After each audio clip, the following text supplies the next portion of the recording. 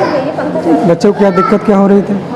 बच्चे यही आम खाया थे, कभी तो आम है, कुरकुरे है, ऊपर की जो चीज़ खाने लगते हैं उससे से गड़बड़ी हो गई। अच्छा, कब से दिक्कत इनको हो रही थी ये चीज़?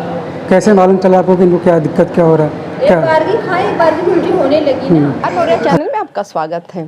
डायरिया, अतिसार, लूज मोशन या अधिक से अधिक लैट्रिन का होना, ये एक बीमारी का नाम है और ये कंडीशन है।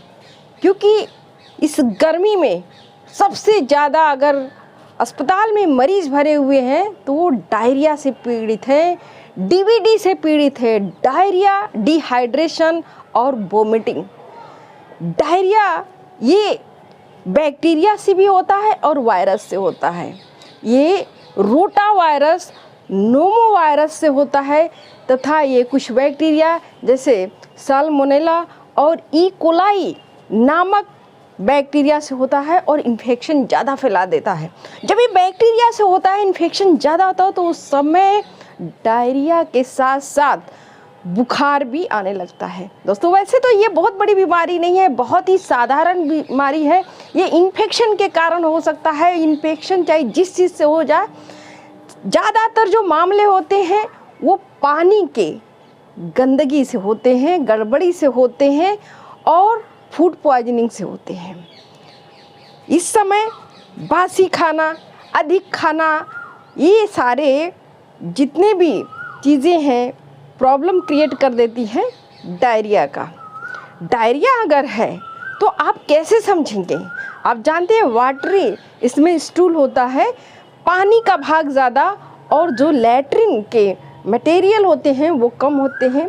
शरीर का ज़्यादा से ज़्यादा पानी इस लूज मोशन, इस लैट्रिन के साथ बाहर निकल जाता है, जिससे व्यक्ति के अंदर जिसको डायरिया हो रहा है बहुत सारी चीज़ों की कमी हो जाती है, जिसको इलेक्ट्रोलाइट डिसबैलेंस कहते हैं। इसमें सोडियम, पोटेशियम, कैल्शियम, बहुत सारे ऐसे मिनरल्स है, लवण है, आप जानते होंगे कि जिनको खनिज लवण कहते हैं, उनकी कमी हो जाती है।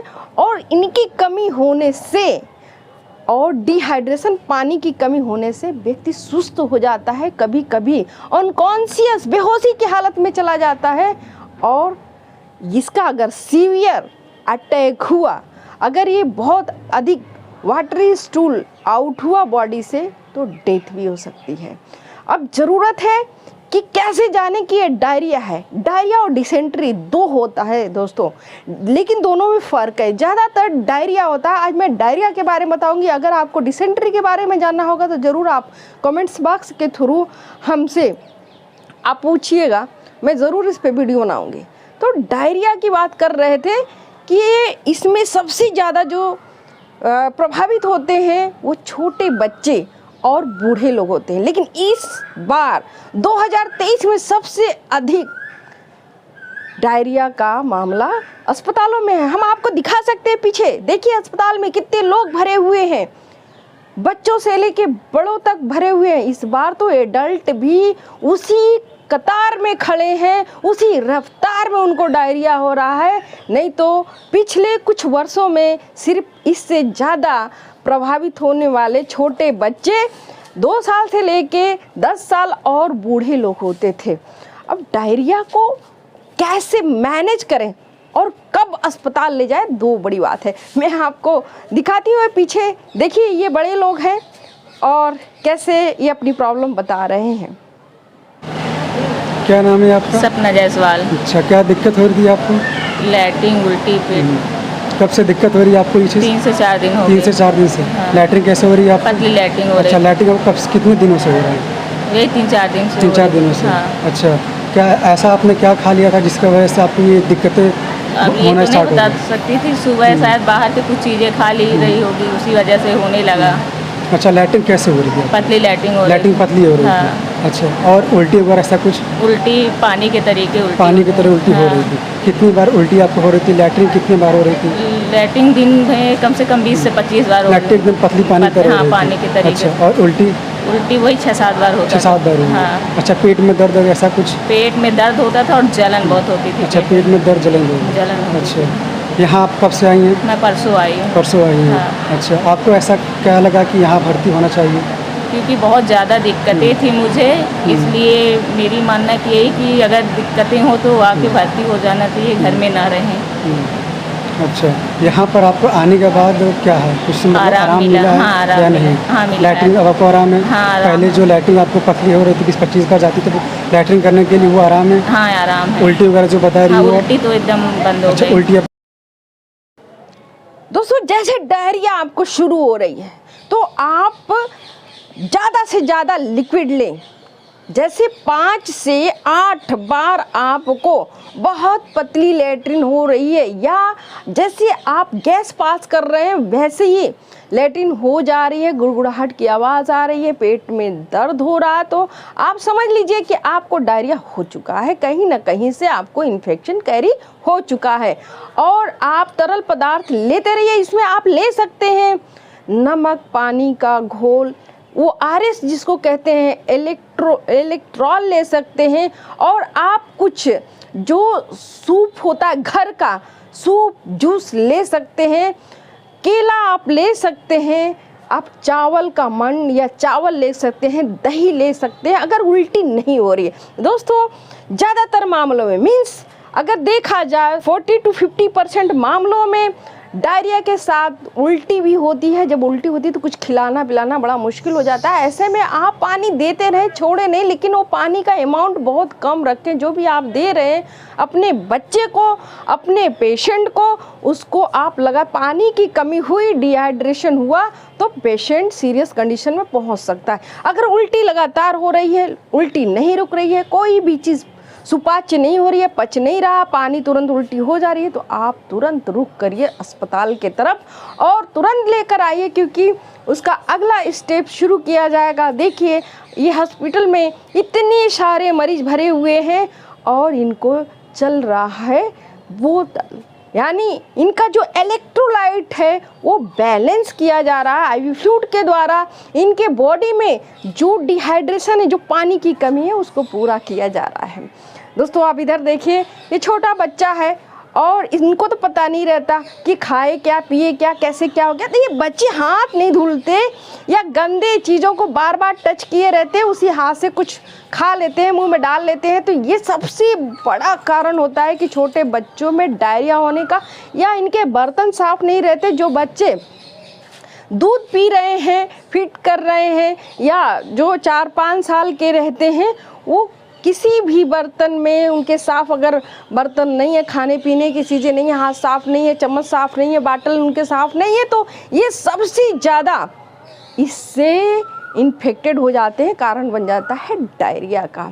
तो दोस्तों, अगर डायरिया आपको है, ये सारी चीज़ें आपके समझ में आ गई है कि भाई इतने ज़्यादा ये लूज मोशन हो गया, तो आप अस्पताल की तरफ ले, नहीं तो घर में बहुत सारे इलाज है, उसको आप कर सकते हैं।